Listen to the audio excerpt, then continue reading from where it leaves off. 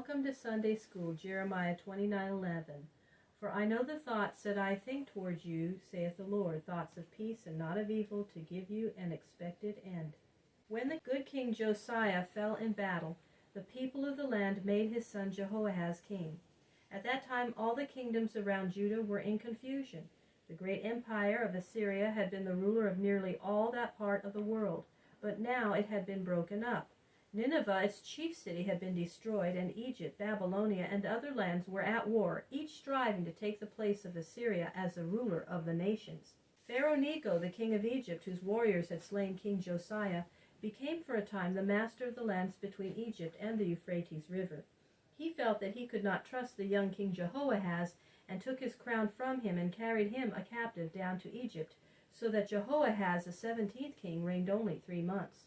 The prophet Jeremiah, who arose during Josiah's reign, spoke thus of the young king who so soon was taken away a prisoner.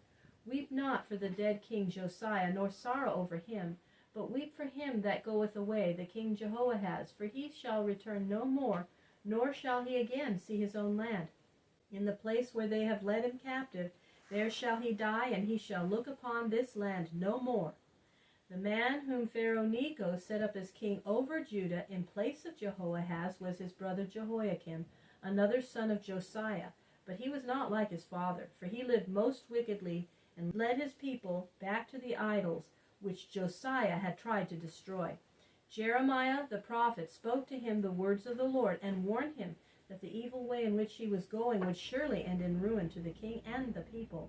This made King Jehoahaz very angry.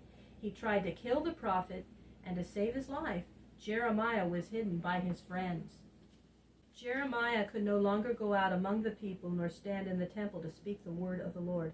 So he wrote upon a roll God's message and gave it to his friend Baruch to read before the people.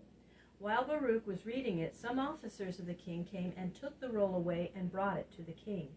King Jehoiakim was sitting in his palace with the princes around him, and a fire was burning before him, for it was the winter time.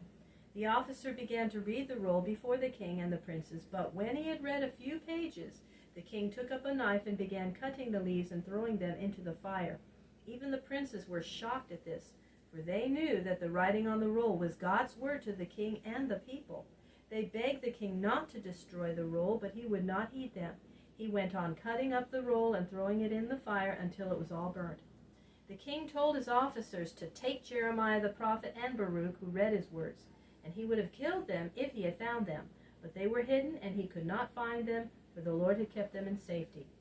Jehoiakim reigned a few years as a servant of the king of Egypt, but soon the Egyptians lost all the lands that they had gained outside of their own country, and the Babylonians under Nebuchadnezzar rose to power over the nations and took the place of empire that had been held by the Assyrians. Nebuchadnezzar was the son of the king of Babylon, and at first was the general of his army. He came against Judah and Jerusalem, but Jehoiakim did not dare to fight with him. He promised to serve Nebuchadnezzar, and on that condition was allowed to remain king. But no sooner had the Babylonian army gone away than he broke his promise and rose against Babylon and tried to make himself free. But in this King Jehoiakim did not succeed. Instead, he lost his kingdom and his life, for either by the Babylonians or by his own people he was slain, and his dead body, like that of a beast, was thrown outside the gate of the city. He had reigned in wickedness 11 years and had died in disgrace. Jehoiakim's young son Jehoiachin, who was also called Coniah or Jeconiah, was then made king by the people. He reigned only 3 months, for Nebuchadnezzar, who was now the king of Babylon and was conquering all the lands, came with his army and took the city of Jerusalem. He carried the young king a captive to Babylon, as Necho had carried Jehoahaz a captive to Egypt 11 years before. With King Jehoiachin were taken away many of the nobles and rulers and the best of the land.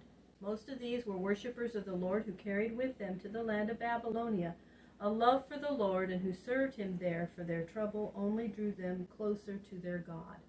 After these captives had been taken away, the Lord showed to Jeremiah in the temple a vision of what should come to pass. Jeremiah saw 2 baskets of figs. One basket was full of fresh, ripe figs, the best that could be found. The other basket was full of poor, decayed figs, not fit to be eaten. And the Lord said to Jeremiah, "What do you see?" And Jeremiah said, "Figs, the good figs very good, and the bad figs very bad. figs so bad that they cannot be eaten. Then the Lord said to Jeremiah, like these good figs are the captives who have been led away to the land of Babylon.